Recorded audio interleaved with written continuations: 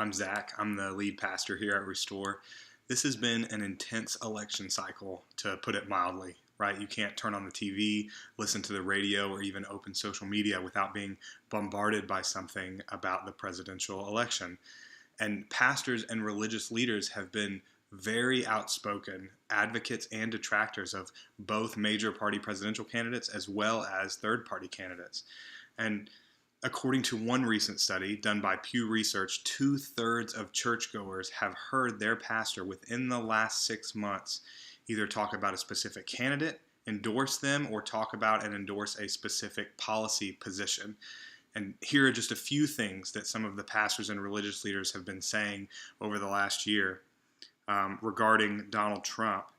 I believe any Christian who would sit at home and not vote for the Republican nominee, that person is being motivated by pride rather than principle.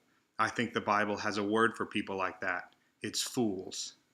Another pastor, not only can we vote for Trump, we must vote for Trump. Because with all of his foibles, peccadillos, and metaphorical warts, he is nonetheless the last best hope of keeping America from sliding into oblivion. The tank, the abyss, the dustbin of history, if you will. Still another pastor about Trump said, Trump is a classic example of what the Bible calls a scoffer. He's not a man who occasionally blurts out sarcastic, impolite, or a grumpy comment, as we all do. He is scoffing incarnate. This alone should rule him out as a candidate worthy of a single Christian vote.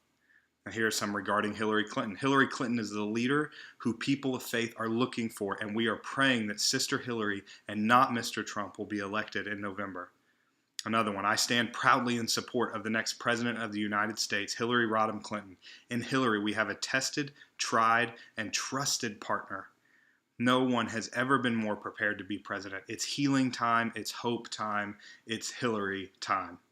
Yet another pastor, Hillary's election as president will be a stab in the heart of this once great nation.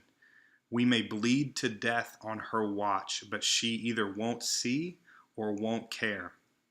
No sincere Christian should vote for Hillary Clinton.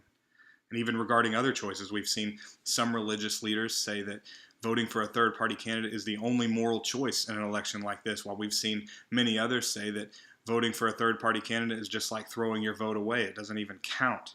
With conflicting support coming from pastors and religious leaders, it's easy to be kind of confused at a time like this. How should we approach this election? How should our faith inform the way that we vote?